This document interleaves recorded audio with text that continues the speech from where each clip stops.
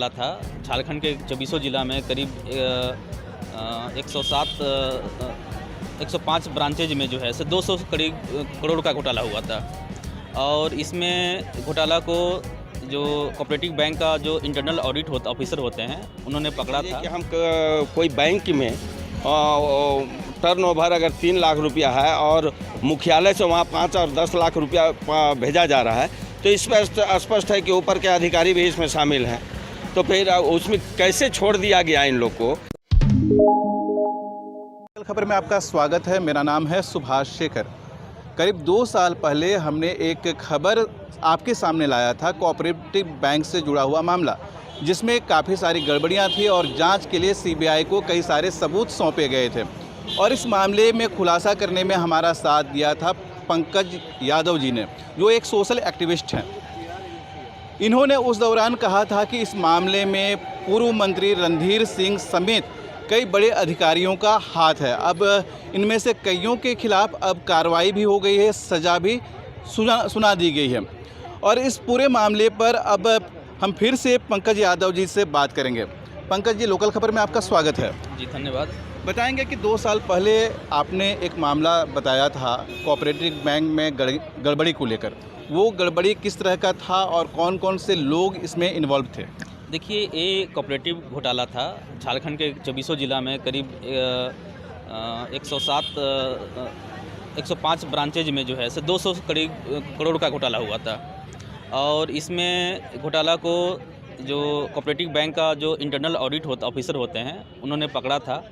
और उन्होंने अपने एक पत्र के माध्यम से विभाग को सूचित किया था कि ये मामला जो है 3 करोड़ से अधिक का मामला है और इस घोटाले की जांच सीबीआई से करानी ज़रूरी है, क्योंकि ये मामला 3 करोड़ से ऊपर का है। और इसमें सरायकेला से लेकर दुमका से लेकर देवघर से लेकर जामताड़ा तक में जो है करोड़ों रुपए का घोटाला हुए हैं। अलग अलग डिस्ट्रिक्ट में कुल 200 करोड़ का घोटाला हुआ है।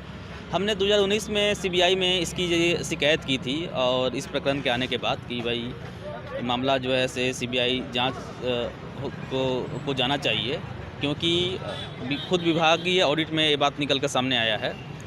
और मुझे लगता है कि इसके बाद संज्ञान में सीआईडी ने इसको टेक ओवर किया और जांच करने के बाद अभी कल खबरें आई हैं कि इसमें जो है 2 लोगों को सश्रम का 5 साल की सज़ा हुई है। लेकिन जब हम लोग पिछले 5-7 सालों से इस पूरे प्रकरण पर हम लोग अध्ययन करते हैं और जानकारी इकट्ठा करने के बाद हमें जो हम लोग कंक्लूजन पर पहुंचे थे कि इसके जो किंगपिन लोग हैं वो बच गए हैं।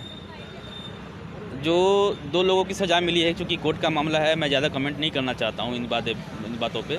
लेकिन इतना मैं ज़रूर कहना चाहूँगा कि जो षड्यंत्रकारी लोग थे जो इस पूरे प्रकरण को अंजाम दे रहे थे, वो बचकर खुद को निकाल चुके हैं। और इसमें छोटे छोटे अधिकारियों को, छोटे छोटे कर्मचारियों को सज़ा दी गई है। इस पूरे प्रकरण में जो है मुझे लगता है कि और भी गुंजाइश है। इस मामले पर हम अब बात करेंगे एनाउल हक जी से। ये भी इस मामले को पिछले 10 साल से करीब से देख रहे हैं और इन्होंने काफ़ी मेहनत की थी पूरे मामले को लेकर। अभी जो कार्रवाई हुई है 2 लोगों पर, क्या छोटी मछलियों पर कार्रवाई हुई है और बड़े मछलियां जो हैं अभी भी बाहर हैं इस कार्रवाई से, सज़ा से?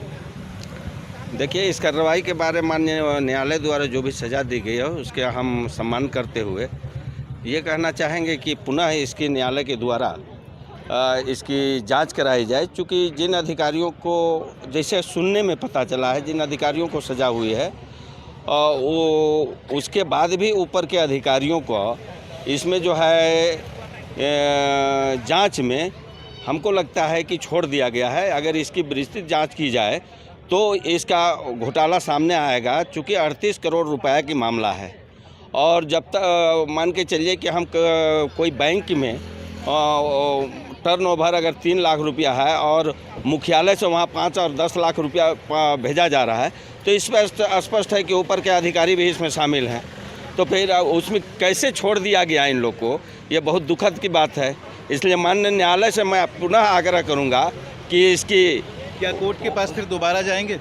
जी हाँ, इस पर तो हम PIL भी, माननीय उच्च न्यायालय में PIL भी किए हुए हैं। लेकिन मैं न्यायालय से आग्रह करूंगा, चूँकि ये बहुत बड़ा मामला है और पूरे झारखंड राज्य की कोऑपरेटिव बैंक से संबंधित मामला है, तो मैं न्यायालय से आग्रह करूंगा कि पुनः इसकी जाँच कराई जाए और दोषी लोगों पर कार्रवाई होनी चाहिए। कौन कौन से बड़े अधिकारी हैं जो दोषी हैं, जो इससे बच निकले हैं? उस समय के सीओ हैं, प्रशासक हैं, महाप्रबंधक हैं और एक वहीं पर ऑडिटर में थे वो हैं। इस तरह 4-5 अधिकारी जो है मुख्यालय के बचे हुए हैं। तत्कालीन पूर्व मंत्री जो हैं रणधीर सिंह, उनका भी नाम आया था और आप लोगों ने सीबीआई को कुछ कागजात भी सौंपे थे जी। तो उनके खिलाफ भी कार्रवाई होनी चाहिए क्या? जी, अगर जैसे जांच में आती है या हम जो PIL किए हैं सीबीआई के लिए, अगर सीबीआई जांच के लिए कोर्ट आदेश कर देती है तो खुद इस दायरे में आएंगे। चूँकि वो भी एक कोऑपरेटिव के मिनिस्टर रहते हुए उनको हमने बहुत सारे पत्र लिखा, लेकिन उस पर उनके द्वारा कोई संज्ञान नहीं लिया गया। इससे ऐसा महसूस होता है, ऐसा लगता है कि ये भी इस केस में कहीं न कहीं किसी न किसी रूप में शामिल हैं।